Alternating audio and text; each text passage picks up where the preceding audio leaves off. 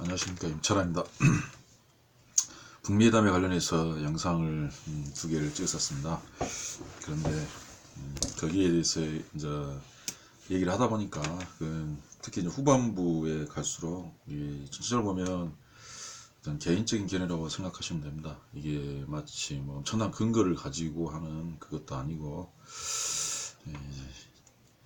여러 흐름이나 이런 걸 바라보면서 추정해가지고 이렇게 얘기한 것이었고, 이 정치가 이렇게 쉽지 않습니다. 이렇게 말로 하는 것처럼 결단 내리는 것도 쉽지 않고, 또 그 부분을 집중적으로 탐색하고 연구하고 분석하고 자료를 모아가지고 여러 사람들이 이렇게 해야 될 부분입니다.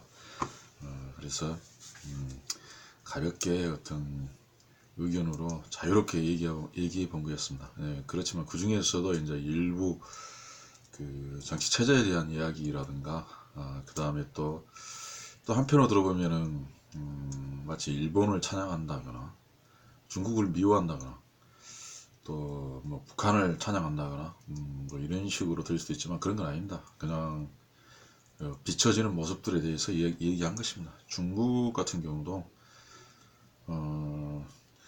그때 이제 제가 말했을 때 중앙집권국가, 우리는 이제 역사 시간에 중앙집권국가로 발전이 역사의 발전 단계다, 이제 이렇게 많이 배워왔었습니다. 이렇게 성리학 중심적인 어떤 사고방식, 조선시대의 어떤 그런 중심으로 이렇게 좀 전개되는, 시간이 흐르면서 진보했다, 이런 식으로 이제 뭐 유교가 들어오고 뭐 불교가 들어오고 뭐 하여튼 이런 식으로 해가지고 진보했다, 이제 좀 이런 정도의 그런 관념이 있었습니다, 우리에게는.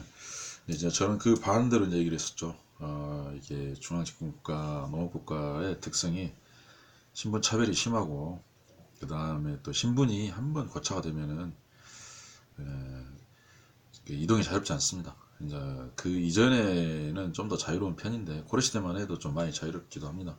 그렇지만 이제 고려시대에도 약간 그렇고, 고려시대에도 보면은 고려 황종 때 중앙집권을 시도합니다. 이렇게 과거제되고 문치주의를 내세우게 됩니다.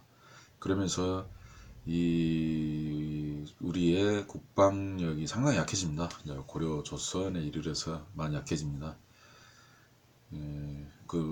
그나마 그래도 고려는 좀 더 나올 수도 있는데 약한 편입니다. 그러다 보면은 이제 그 용주 시대, 뭐 유럽이나 서양, 일본에 남아있던 그런 시대에 대해서 얘기를 많이 했었는데, 그 시대에 유럽과 일본은 서로 상통했다. 유럽인들이 진출했을 때, 유럽인들이 진출한 대륙이 대표적으로 남미에 스페인이 진출했었고, 그 다음에 인도에 영국이 진출했었고, 그다음에 아프리카도 마찬가지로 뭐 프랑스, 뭐 영국, 뭐 독일 이런 여러 나라들이 진출했었고, 그 다음에 북아메리카에는 또 일단 지금 현재 미국에서 여러 국가에서 저는 개신교라는 용어 안 써서 개혁신교 또는 신교라고 지정하고 싶은데, 그 사람들이 그쪽에 진출했었고, 또 일본에는 포르투갈, 네덜란드, 미국, 세계 각국의 사람들이 오랜 기간 동안 이렇게 진출했었습니다. 그러면 그 시대적으로 봤을 때 이 유럽 사람들과 가장 교류가 원만하고 또 이 잘 맞는 케이스가 일단은 일본입니다. 일본. 지금 그런 얘기였습니다. 이용주 봉건제도 이런 그 문화가 비슷했다는 겁니다. 그리고 또 이제 그 보면 스페인 같은 경우는 잉카, 마야, 아즈텍, 이 남미 국가들은 스페인에서 거의 전멸 싹쓸이 당했죠. 살육을 많이 당했습니다. 그 다음에 또 지금 이제 얘기하고 있는 것이 아메리카 인디언들을 이렇게 청교도, 신교국가가 진출해서 거의 엄청난 살육전을 벌였다. 이제 이렇게 얘기를 이제 합니다. 근데 이제 또 보면 일본에서는 훨씬 더 적은 나라임에도 불구하고 뭐 그래서 적은 인원수 같겠죠. 그럼에도 불구하고 일본과는 잘 지냈죠. 그랬을 때 좀 그런 점들을 생각해야 됩니다. 일본이라는 나라 같은 경우는 전에 얘기하였듯이 그분은 상시 전투를 하다 보니까 이 굉장히 사람들이 예리합니다. 예리할 수밖에 없지 않습니까? 이 목숨을 걸고 모든 일을 하기 때문에 뭐 경제, 정치, 전쟁 자체가 하나가 무너지면 목숨을 잃게 되어 있습니다. 내적 분쟁, 그다음에 주변 국가들과 어떤 조절 이런 거 조금만 잘못하면 아니면 아무리 잘해도 신문물을 받아지 못한다거나 이렇게 개방치지 못했을 경우는 이렇게 갈 수가 있습니다. 그렇기 때문에 초기 발달하고 그랬을 겁니다. 그렇다면 그 증거는 뭐냐? 그 증거는 간단하지 않습니까? 춘추 전국시대 중국도 이렇게 지방 분권 어떤 성주와 이렇게 패권 시대에는 그때 중국의 제자백가 철학 형성됩니다. 그만큼 사람들이 육체의 어떤 그런 한계를 뛰어넘는 사고로 초기 발달해야만 생존할 수 있다는 겁니다. 그 보면은 그때는 인재들을 구할 때 보면은 이 국경을 초월합니다. 이게 똑똑한 사람은 이리 갔다 저리 갔다 옮겨다닙니다. 이렇게 인재를 많이 구합니다. 왜 그러냐면 그런 인재들이 뒷받침이 지식이 뒷받침돼야 살아났기 때문입니다. 그리고 또 그리스 철학자들도 대부분이 군인이지 않습니까? 소크라테스도 군인이고 그리고 또 보면은 쭉쭉 내려다 보면은 아리스토텔레스의 제자 아리스토텔레스 제자 그 알렉산더도 군인이지 않습니까? 근데 알렉산더는 전과가 너무 높아가지고 군인으로 이렇게 보이는데 이야기하는 거 보면은 철학자나 철학자. 그렇습니다 이게. 또 로마의 또 유명한 명상록의 저자 마르쿠스 아우렐리우스 마찬가지로 그분도 수많은 전쟁을 참여함으로써 그런 인간의 한계에 도달하는 거의 인생의 무상을 경험할 정도로 거의 뭐 생사를 초월할 정도로 그런 상황 속에서 육체의 한계를 뛰어넘는 그런 어떤 명상 속에 영감이 발달한 겁니다. 영적 촉감이 이렇게 발달하고 지식이 발달하게 되어 있는 것입니다. 그거는 역사적으로 증명되지 않습니까? 그런 점에서 그런 것을 얘기한 겁니다. 전쟁과 평화 이렇게 얘기할 때 과연 평화가 어떤 평화였는가? 그것도 이 일본의 예를 들어보면은 이제 이게 있습니다. 전쟁이 너무 빈발하기 때문에 그 전쟁으로 인해서 이 보면은 전쟁하는 계급이 정해져 있습니다. 이게 전쟁터에서는 서로 싸우는 계급이 정해져 있습니다. 농민은 전쟁에 참여하지 않습니다. 왜냐하면은 그러다 보면 생산자들이 다 죽어버리기 때문에 병농일치를 하다가는 농민들이 다 죽어버리기 때문에 그 농민들은 일단 재산이니까 일단 건들지 않습니다. 그런 점들이 차이가 있습니다. 이게 무서들이 자기 책임. 근데 이제 보면은 농업국가 그런 나라에서는 병농일치의 군제인데 그때 조선 상황을 보십시오. 조선 신분제사에서 농민들은 일을 하면서 또 군역에도 동원되고 또 조선시대 보면 엄청난 그 탄관오리들이 많지 않습니까? 신분제에서 뭐 그런 상황을 이렇게 겪게 되고 그다음에 일본군이 침략했을 때 그때도 보면은 왕은 신우주로 튀었죠. 중국으로 튀려고 그랬겠죠. 중국에 원병을 청하고 군인들은 물론 이 군인 같은 경우는 영감이 싸운 사람도 있고 도망간 사람도 있고 그랬죠.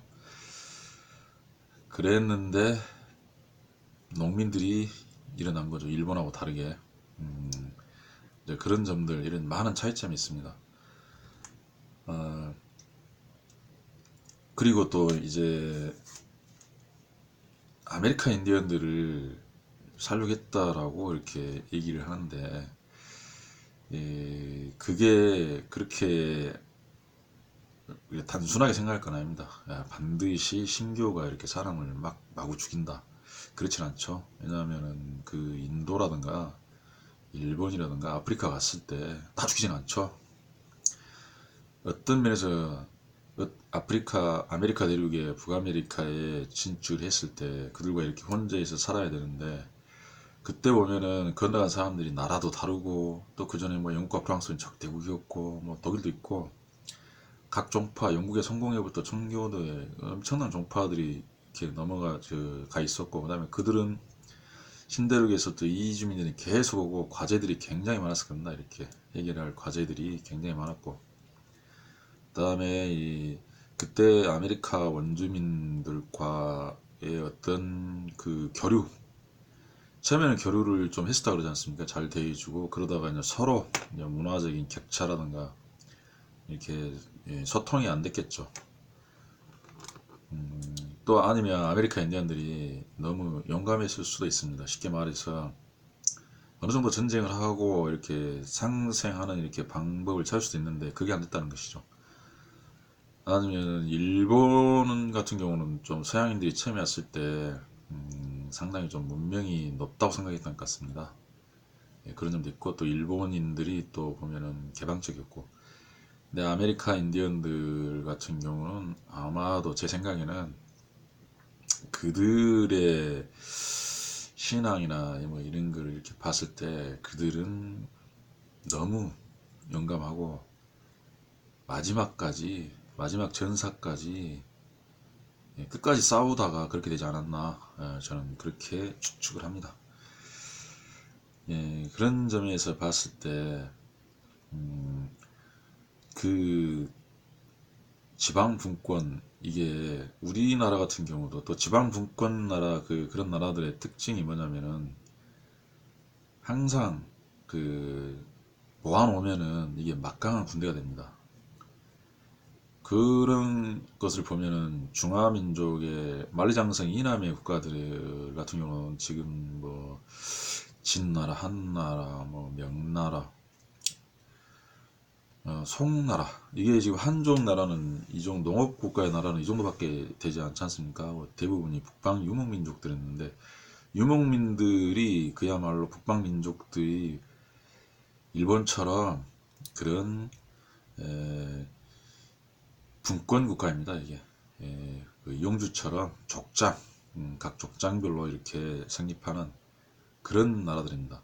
그런 나라들이 징기스칸이나 어떤 한 사람에서 집결했을 경우에 엄청난 전투력을 발휘합니다. 왜 그러냐면은 농업국가 같은 경우는 모아서 훈련하기도 힘들고 생활하고 그런 게 많이 덩떨어져 있지만은, 뭐 일본이나 북방 유목민족, 유럽의 국가들은 이 영주들 지역 패권 전쟁을 상시적으로 하기 때문에 따로 훈련 필요 없습니다. 모아놓아서 진출하게 되면 그게 엄청나 강력한 군대가 됩니다. 전쟁 경험이 많기 때문에. 무사계급들이 있는 거죠. 무사계급이 따로 있는 거고, 그 다음에 아예 유목민족은 전부가 무사계급이다 보니까 막강한 겁니다, 이게. 그런 점이 있습니다. 그러다 보니까 우리도 보면은 그러한 어떤 뭐 사병이라 하는데, 뭐 그게 군대죠. 고구려나 백제 신라 시대까지만 하더라도 그런 어떤 그 이용주 같은 어떤 족장이라든가 이런 어떤 지역의 어떤 세력들로 이렇게 돼 있기 때문에 그때만 해도 군사력이 상당히 막강했습니다. 보면은 고구려도 보면은 광개토대왕, 그 다음에 백제 같은 경우도 뭐 산동만도, 요소지방, 뭐 요소 진평 이런 지역, 그 다음에 신라도 아마 있었을 걸 생각합니다. 또 지금 우리가 생각할 때 지금 뭐 광개토대왕, 그 다음에 뭐 백제저 진출은 보통 뭐 4세기 이후를 지금 얘기하는데, 그 4세기 이전 같은 경우는 또 다른 세력이 있었던 것 같습니다. 이게 해양 세력인데 그 해양 세력을 보면은 왜라고도 했답니다. 왜니까 이게 보면은 내륙에서 해양 바깥쪽 왠지 아니면 유목민족 중에서 유목민족 바깥으로 가서 중국 대륙의 해안 지역 쪽에 이렇게 하다 보니까 왜라겠는지는 잘 모르겠는데 왜라는 세력이 있었다고 합니다. 그게 보면은 지금 뭐 산둥반도 이쪽으로 해서 내륙에서 약 200~300km를 중심으로 쭉 밑에 지금 중국 남쪽에 남경인가요? 뭐 광저우 뭐 이런 데인가요? 이쪽으로 쭉 그 부분하고 그다음에 한반도에서도 지금 그 보통 충청남도에서 서해안 쪽, 그다음 남해안 쪽, 그다음에 저기 부산 김해 쪽 이쪽을 또 외 세력권으로 봅니다. 그다음에 일본 쪽. 그러면서 한반도 같은 경우는 이제 발굴해 보면은 여기에 그 원간묘 지역, 나주 반남 쪽의 원간묘 지역, 그다음에 전방 후원분, 일본 천황묘가 전방 후원분이지 않습니까? 그런 것처럼 하나의 거대한 외 세력이 있었을 것으로 이렇게 얘기를 합니다. 그 다음에 기록상으로도 그런다고 그러지 않습니까? 뭐 광개토양 이전인가 보면은 경주에 가뭄이 들어가지고 외인은 이렇게 외국의 외나라의 백성들이 거렁뱅이가 돼가지고 경주에 엄청나게 몰려왔다는 그런 기록. 그러면 그 외가 만약 일본이었으면 일본에서 거지들이 밥 얻어먹기 위해서 경주까지 들어오기는 어렵지 않습니까? 그 다음에 백제와 또 일본과 관계 이것도 미묘하고 좀 그런 점들이 있습니다. 그럴 때 보면은 그 지방 분권 시대에는 굉장히 교류가 활발했었던 것 같습니다. 대륙과 한반도, 일본 오히려 더 이렇게 뭐 성리학적 질서, 중앙집권 국가 시대보다는 훨씬 더 해상 쪽으로 발전해 있지 않았나 이렇게 생각됩니다. 보통 이제 그런 예를 들어보면은 이제 왜 그러냐면은 장보고 있지 않습니까? 장보고가 청해진을 완도에 건설해가지고 해상을 장악하는데 그때 보면 아까 말하는 외세력 부분에 일본부터 시작해가지고 저쪽 중국 남쪽, 뭐 베트남 쪽, 산동반도 이쪽에 거의 해상을 완전히 장악합니다. 근데 신라가 통일한 지 얼마 안 됐겠죠. 그렇다면은 외 세력이라든가 그 다음에 또 백제 해상 세력 이 세력들이 존재했었기 때문에 쉽게 그런 어떤 장보고의 해상 세력이 형성되지 않았나 이렇게 생각이 되고 또 고려가 건국될 때 고려 보면 왕건이 송악 그 해상 세력이지 않습니까? 해상 그랬을 때 왕건의 기반이 또 하나 있지 않습니까? 그쪽 성악의 개성이죠. 그 해안 세력이었는데 해양 세력이죠. 그러면 왕건하고 가장 고려 건국과 가장 밀접한 세력이 됩니까? 나주 해양 세력이죠. 영산강을 필두로 해서 해양 세력입니다.